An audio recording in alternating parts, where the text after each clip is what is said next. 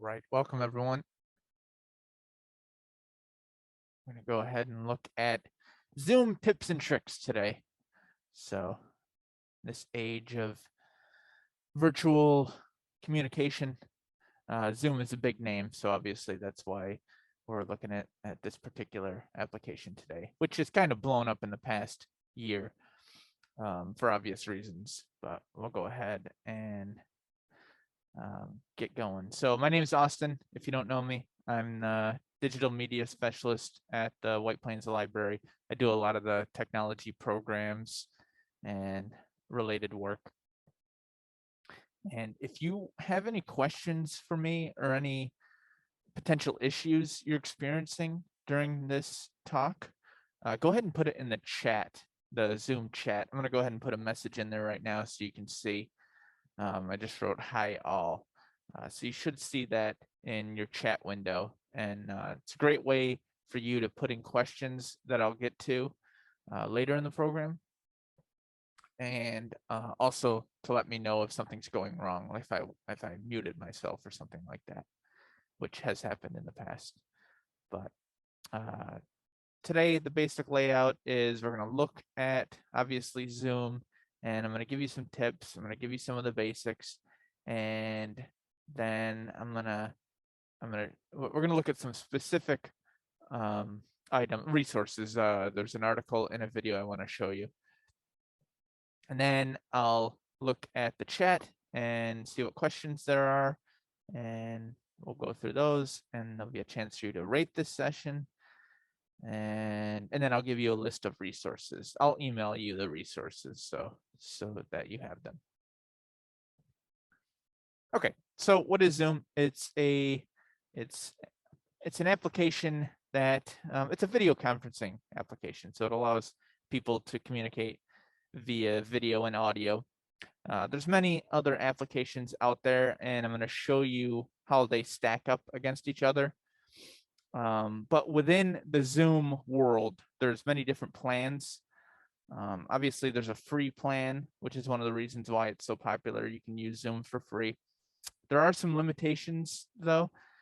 One of the big things is under the free plan, you're limited to 40-minute meetings. So sometimes they go longer, but it's kind of random where you don't know if you're going to go past that 40-minute mark or not. But most of the time, you're going to have that 40 minutes limitation on each video call.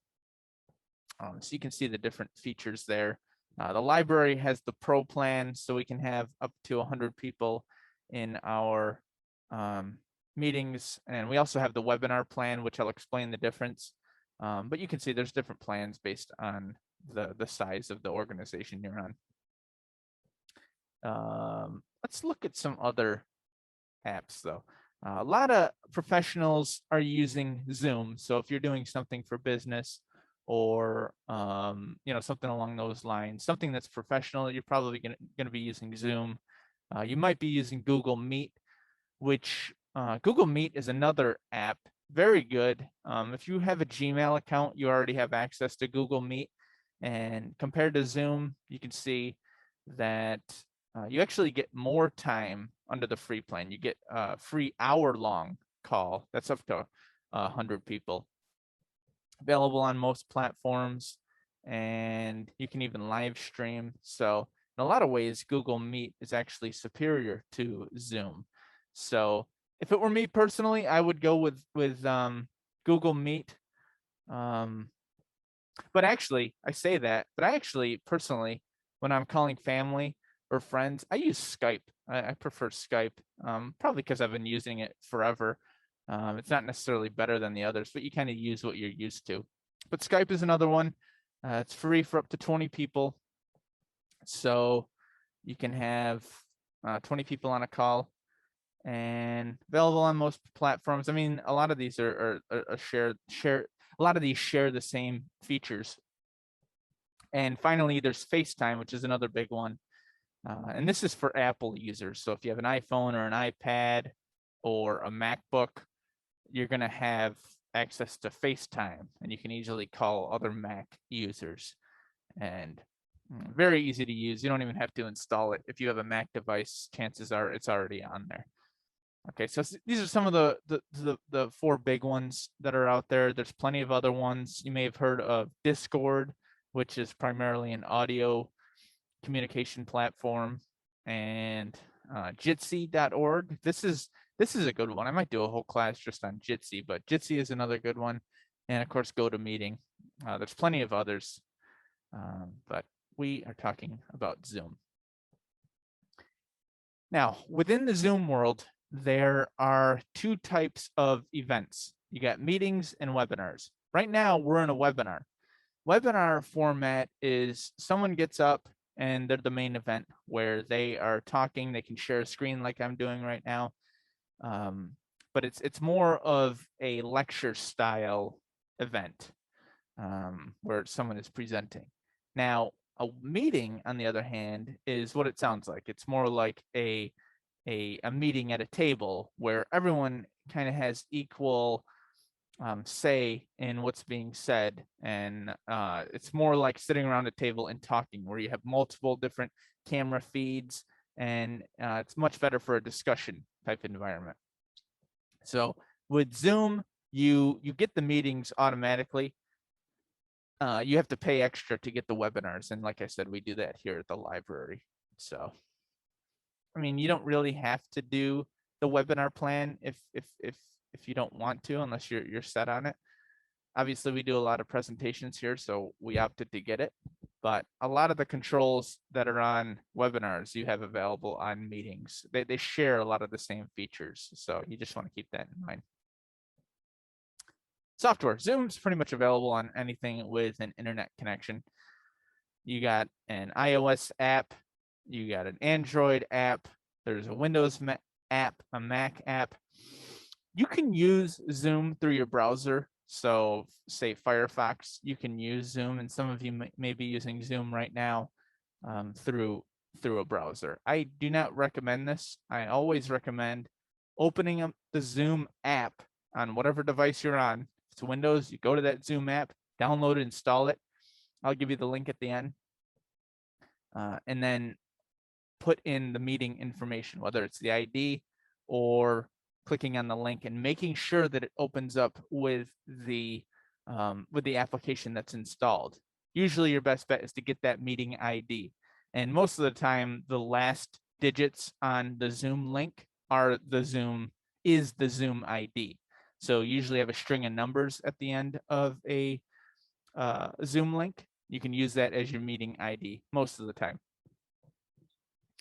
So anyway, highly recommend using the Zoom app. But of course, if you don't have that available, if you don't have that installed and you don't have the time to do it, go ahead and use the browser access it through the browser. But again, we've had many problems at the library with browser, people using Zoom through the browser. So just want to let you know that. All the features that are available within Zoom, no matter what device you're using, pretty much all the features are going to exist on each particular app. So for example, the Windows Zoom app has a bunch of features. And if you open up the same meeting, say on an iPhone, you're going to have the same features, but they're accessed a lot differently. So there's a lot of swiping and swiping up, and different. It's set up differently, obviously, per device. So you're going to want to know how to do that. The good thing is that Zoom has a really good website with tons of information. And a lot of times they'll have, for a particular task, they'll have how the task is executed in each particular platform. So here's how to do it on Windows. Here's how to do it on Android, and so on. So that's a good thing to keep in mind. First thing I do before entering any Zoom meeting, including this one right now, is I open up the Zoom settings and I test out my video, my audio, but it's really three things. I'm testing out my camera. I want to make sure everything's good to go with my webcam. I want to make sure everything's good to go with my microphone. In this case, it's on my headset right here. And I also want to make sure that everything's good with my speakers, which I have headphones on. Got to make sure all three of these things are in order. So that way you're not trying to figure them out while you're in the meeting. And so highly recommend checking out those Zoom settings before you join. Another thing to do, every couple weeks, you want to check for updates on Zoom. So depending on the platform you're on, you're going to want to check for updates and update it if it's available. It's good for security reasons, and it's just good for general compatibility between programs. You want to make sure that you can join sessions because you're up to date on your Zoom software. It's just good practice. And so if you're on an iPhone, you want to go to the App Store and find your app and actually update it that way.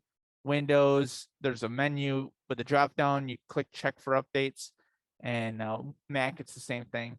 And a lot of times it'll notify you that there's an update available, and hopefully you have the time to do it. Go ahead and update it. It's a good practice. Now, there's many different setups you can have for Zoom. I recommend having a setup where the microphone and the webcam are built in. Just makes things so much easier when you don't have to set up an external webcam or an external microphone. And so if you're on an iPhone, pop in a pair of headphones and you'll be good to go with a Zoom meeting. Same thing with a laptop with a webcam. It's so much easier. You can have a desktop with a microphone and speakers. You can even call in with a phone. So there's a lot of options, but obviously you know what my preference is. But I do recommend, no matter what device you're using, unless it's a phone, have headphones. A lot of times I hear people without headphones, and you can hear an echo, there's feedback loops. You want to make sure that you're in a closed loop. The sound is going into your ear and stopping there. It's not going into your ear, but also back into the microphone that you have and then out again. And then it just creates this feedback loop. Have those headphones. Now this is more of a library related tip, but all of our programs are on our online calendar. Go to whiteplainslibrary.org and click on our calendar. And usually we have all of the Zoom information right there on the page when you click on it. So we give you the ID and the link. Now, if there's registration, then you'll register and the Zoom information will be sent to you. But just wanted to let you know that. And you probably know that because you signed up for this class. Okay, one more thing I wanted to talk about is the idea of different video feeds. By default, you're going to have what's called active speaker view, which means whoever's making the most noise with their microphone, that's the camera feed that you'll see. Even if you zoom it out to gallery view, which you see here in the middle, it's still going to, just because you see it in gallery view doesn't mean everyone is. So you have to actively, if say you're hosting an event and you want to lock it on one particular camera, then you would use what's called Spotlight Video. And that's where you actually click on the drop down next to the person's face, their camera feed, and click on Spotlight Video, and that will lock it on their particular screen. So it's kind of a way to disable active speaker view if you're interested in that. And finally, before I show you an article and a video, I just wanted to give you some security tips. Obviously, we've all heard about Zoom bombing. We actually had an incident here with that, and I just want to give you a few tips on that. So if you're hosting a Zoom event or call, you want to disable what's called join before host. And what that means is people can join. It means exactly what it sounds like. People can join before you can. And obviously in that situation, you would have no control over what's going on. So disable that when you're setting it up. You can have it so authentication is required, meaning the person would have to sign into Zoom in order to access the meeting.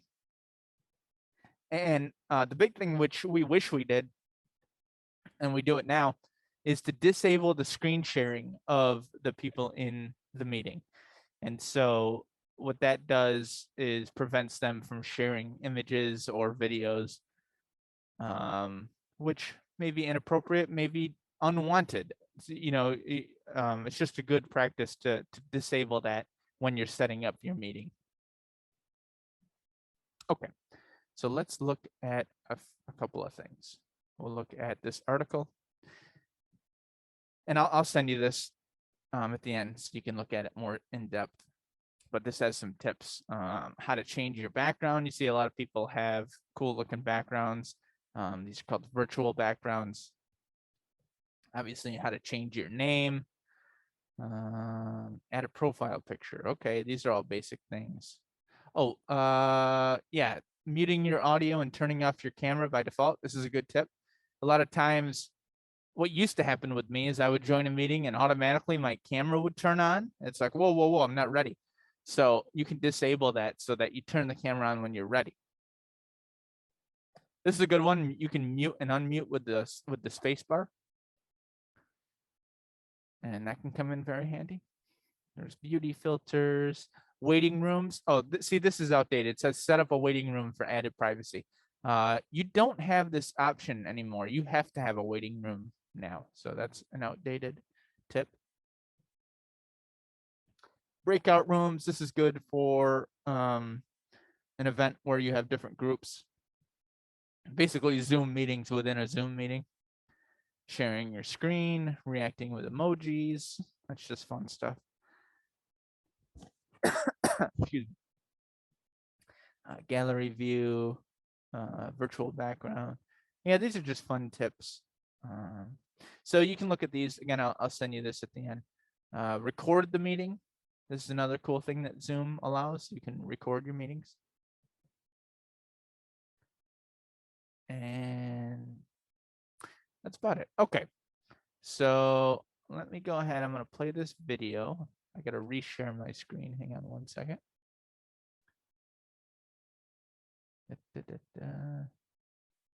Okay, this is a good video. It shows gives you some tips on Zoom. And I'll go ahead and play that right now. Okay, is my video working? Hey, can you guys hear me? I'm sharing my screen right now. Can everyone see that? Great. Is everybody here? Can we get started?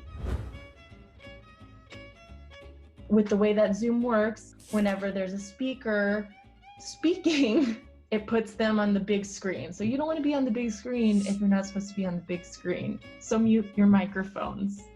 Go to the audio preferences. And then from there, you check the box that says, mute my microphone when I join a meeting. Spouse is working from home, baby's crying, kids home from school, we're all dealing with it. If you're the one in control of the meeting, good news.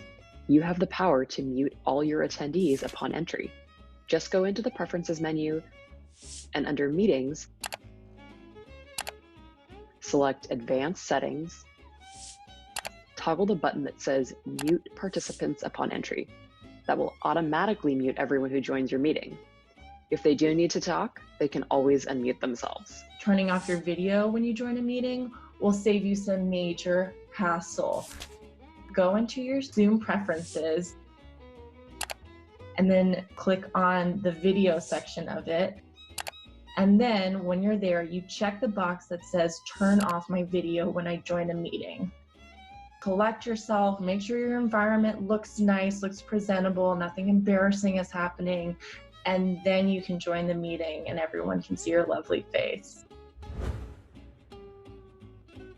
When you're working from home, especially on Zoom, it's important to keep as much professionalism as possible. The best way you can do this is to turn off any notifications that might go off during a meeting.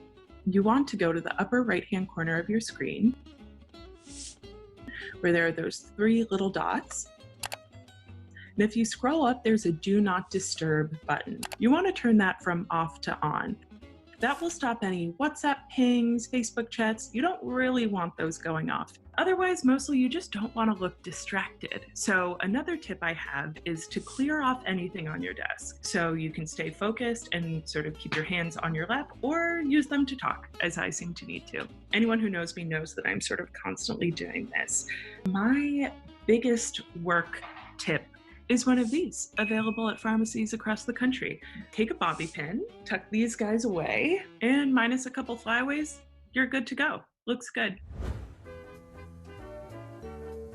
You can also check a box that has Zoom touch up your appearance. Now, I won't tell you if that's on right now, but I will say it saved me many a day that my hair was unwashed and my circles were dark under my eyes. So yes, vanity, very important. Knowing your angles. So I kind of hate this view of myself. I think I sort of look like a thumb. I find a way to prop my computer up.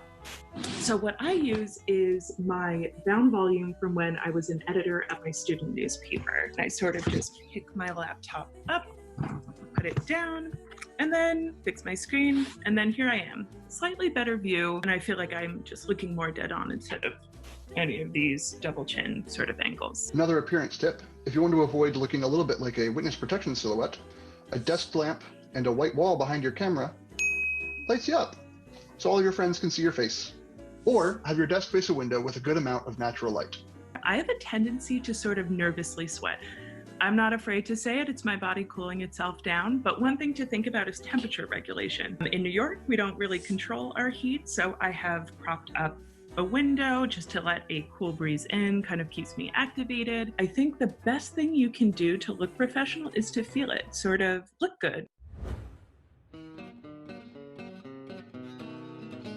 Zoom's whiteboard feature, usually used for things like brainstorming or idea sharing on screen shares, is actually really useful for blowing off some steam on a Friday game night. What that meant for the teams that I was on a Wirecutter, it's mostly Pictionary, which is bad news for me because with my drawing skills, I lose a lot. In order to use virtual backgrounds, you need to have a solid colored backdrop like this. Go to the video settings in Zoom, and you'll see a virtual background option. Click on that, and there's all your photo options. Whether it's to tell your coworkers, hey, this is fine, or you want to convince everyone that you're in the coffee shop, when in fact you're hanging out at Chalmers Mos Eisley Cantina, a wretched hive of scum and villainy. Or maybe you need to take a little quick break and you want to slip away for a moment, but you don't want anyone to notice that you're not on the screen, so you just walk away and leave it like that. Please mute your microphone. Don't forget to mute your microphone. Remember to mute your microphone. Please mute your microphone. Please mute your microphone. Please mute your microphone.